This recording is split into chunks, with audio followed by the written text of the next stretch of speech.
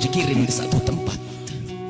Kita harus dibawa ke satu tempat, jangan dibayangkan orang lain. Anda yang dibawa, Anda yang dimandikan oleh orang-orang, Anda yang dikafani oleh orang-orang, dan saat itu pun Anda diangkat di atas kepala orang-orang. Jangan berbangga Anda tidak jadi kemanten saat itu. Anda akan dibawa ke alam barzah, Anda akan dikirim ke kubur.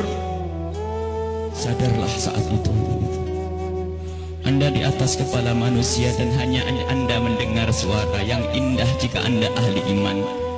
Orang yang bersama kita mengucapkan kalimat indah, La ilaha illallah, La ilaha illallah, La ilaha illallah, La ilaha illallah, La ilaha illallah. Ketahuilah, jika ahli iman yang dibawa di atas kepala manusia mendengar la ilaha illallah, terhibur hatinya dan alangkah bahagianya. Akan tetapi jika dia bukan ahli iman, dia akan menyesal, kenapa aku tidak bisa mengucapkan la ilaha illallah di hatiku. Dia akan dikirim ke alam barzah. Anda, kami akan dikirim ke kubur, dan kita pun dibawa oleh orang-orang. Sadarlah. Dan setelah kita sampai di kubur, orang-orang ternyata sudah menyiapkan kita liang lahat. Di situ telah digalikan oleh orang-orang buat kita. Dan tidak lama kemudian orang ada yang memeluk kita, ada yang merangkul kita, dan itu ternyata rangkulan untuk melepaskan kita di kubur. Kita akan dibawa, dimasukkan ke kubur dengan pelan.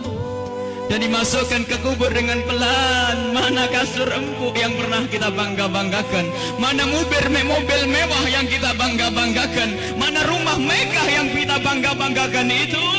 Jika ada yang berpesan kepada anak istrinya, tolong bawakan aku bantal yang empuk, tidak akan dibawakan, karena itu bukan milik Anda lagi. Anda tidak berhak lagi memiliki itu semua. Dan yang akan Anda bawa justru yang pernah Anda berikan di saat Anda hidup, bukan yang Anda simpan. Anda akan masuk liang lahat. Sadarilah ini. Anda akan masuk liang lahat. Dan wajah yang di saat Anda dicaci orang marah, di saat Anda diejek orang marah karena Anda merasa dihinakan, ketahuilah wajah yang Anda sombongkan saat itu ternyata harus ditarik kainnya dan ditempelkan ke bumi, tanah asal kita. Ditempelkan kita ke bumi. Dan setelah itu pelan ada orang yang menabur di atas kepala kita dengan debu, 1 kali, 2 kali, 3 kali, dan setelah kita 3 kali bukan taburan, tapi akan ditumpahkan air tanah di atas kepala kita, ditumpahkan tanah dan ditumpahkan tanah, sehingga yang kita ketemukan adalah gelap gulita di alam kubur. Seperti yang disabdakan oleh Nabi Muhammad, sungguh saat itu orang di dalam kubur bisa mendengar terompah kaki orang yang berjalan di atas kepalanya. Dan saat itu pun Anda, kami mendengar orang-orang berjalan. Anda dan kami mendengar orang yang melangkah semakin lama semakin jauh. Dan ternyata hanya tinggal beberapa orang, itu anak-anak kita, itu istri kita, itu suami kita.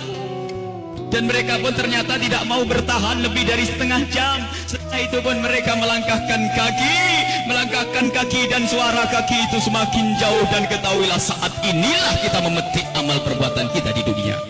Saat inilah kita akan merasakan apa yang pernah kita tanam waktu kita hidup di dunia.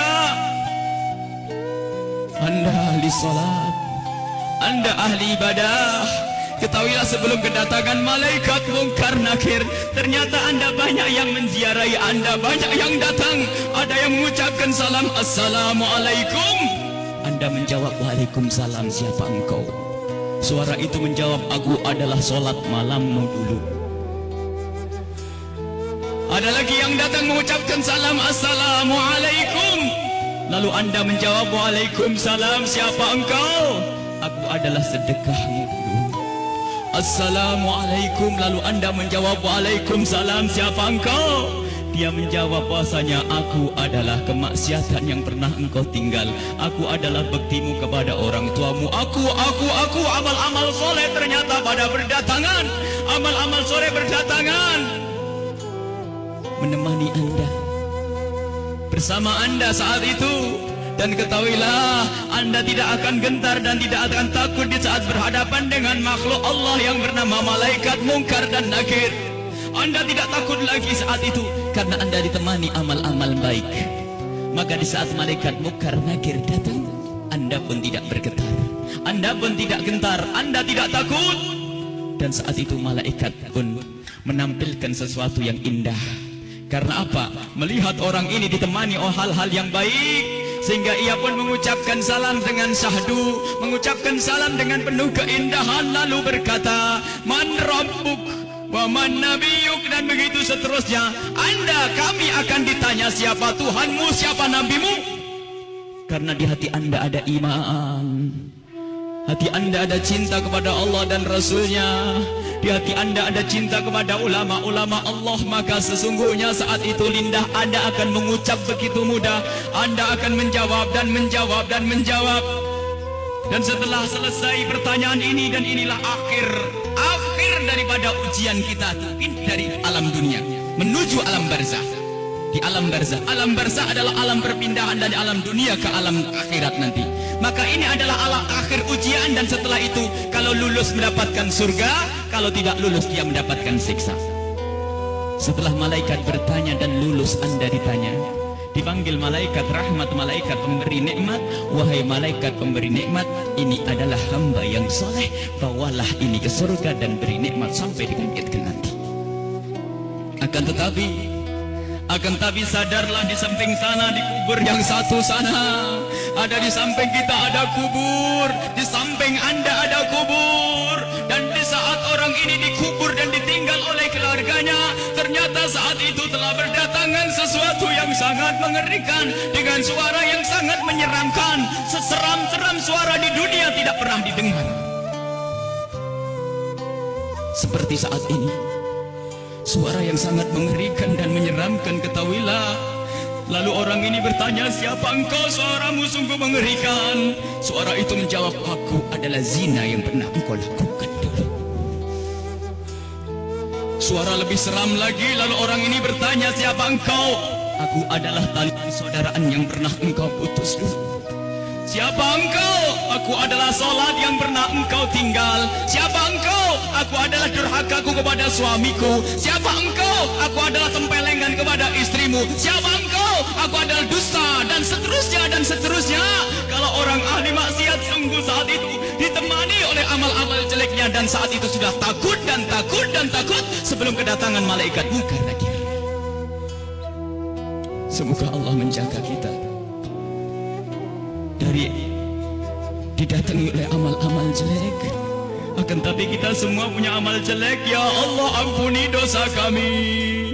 Jangan sampai ini semua hadir di saat itu. Ya Allah, ya Allah. Kemudian malaikat Munkar Nakir datang. Bagaimana ya kalau ini kita? Malaikat Munkar Nakir datang dan bertanya. Rupanya orang yang sudah ketakutan ini melihat malaikat semakin takut, sehingga ditanya tidak bisa berucap sepatah kata pun, tidak bisa mengucapkan apa-apa. Dan saat itu malaikat memukul, menyiksanya. Dan ketahuilah, pukulan malaikat ini seperti yang disebutkan dalam satu hadis, jika dipukulkan ke dunia, maka dunia ini akan hancur dan isinya. Dipukulkan kepada kita kalau kita ahli maksiat, dipukulkan kepada siapapun yang ahli maksiat. Dan saat itu setelah selesai diuji dan ditanya, maka malaikat ini berkata kepada malaikat penyiksa, wahai malaikat pemberi siksa, ini hamba Allah yang bermaksiat, siksalah dia hingga nanti dibangkitkan. Ini yang harus senantiasa kita hadirkan. Kenapa Rasulullah pernah memerintahkan aktsiru min dzikri hadzimil ladzat, sering banyaklah menyebut kematian, agar kita sadar bahwasanya kita juga akan mati, lalu mempersiapkan kematian ini. Al-kayyisu man dana nafsahu lima ba'dal maut. Orang cerdas itu yang mempersiapkan untuk kehidupan setelah mati. Seorang sahabat bertanya kepada Nabi Muhammad, ya Rasulullah, ayyun nasi akyas, orang apa yang paling cerdas ya Rasulullah? Dijawab, aktsaruhum lil mauti dzikra, yang paling sering menyebut kematian, yang paling sering mengingat kematian. Wa ahsanuhum lima ba'dahu istidada, yang paling banyak untuk mempersiapkan setelah kematian itu adalah orang-orang cerdas. Dan ketahuilah, siapapun yang selalu ingat kematian itu akan semakin indah tingkah lakunya. Jangan dianggap kalau ingat kematian orang ini akan cemberut. Jangan dianggap kalau orang kematian dia akan selalu muram. Tidak. Orang yang selalu keingat kematian akan semakin indah di dalam berinteraksi dengan sesama. Dia tahu bahasanya senyum kepada istri itu pahala, maka dia akan sering senyum. Dia tahu bahasanya menghargai suami adalah pahala, maka dia akan menghargai suami. Dia ngerti bahasanya tegur sapa, sopan santun, saling kasih dan cinta kepada tetangga itu menghadirkan pahala, maka dia akan bersopan santun dan bersaling kasih. Maka orang yang sering mengingat kematian itu akan menjadikan dia semakin baik di dalam kehidupan ini. Kalau ternyata ada orang mulutnya tajam, tangannya suka mukul orang, yakinlah bahwa dia lupa bahasanya dia akan mati, atau ingat mati tapi tidak sadar bahasanya itu semua akan dituntut setelah kematian. Maka mari kita mengingat kematian agar hidup kita semakin indah di dunia ini. Semua yang kita lakukan di dunia ini akan kita petik buahnya di akhirat. Udhkuru aktiru min dzikri hadimil ladzat. Hadis yang diriwayatkan oleh Imam Tirmidzi dan Ibnu Hibban.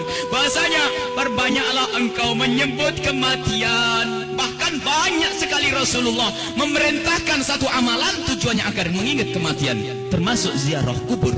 Fa innaha tudzakirukumul maut, karena ziarah kubur itu mengingatkan orang-orang yang mengingatkan kita kepada kematian.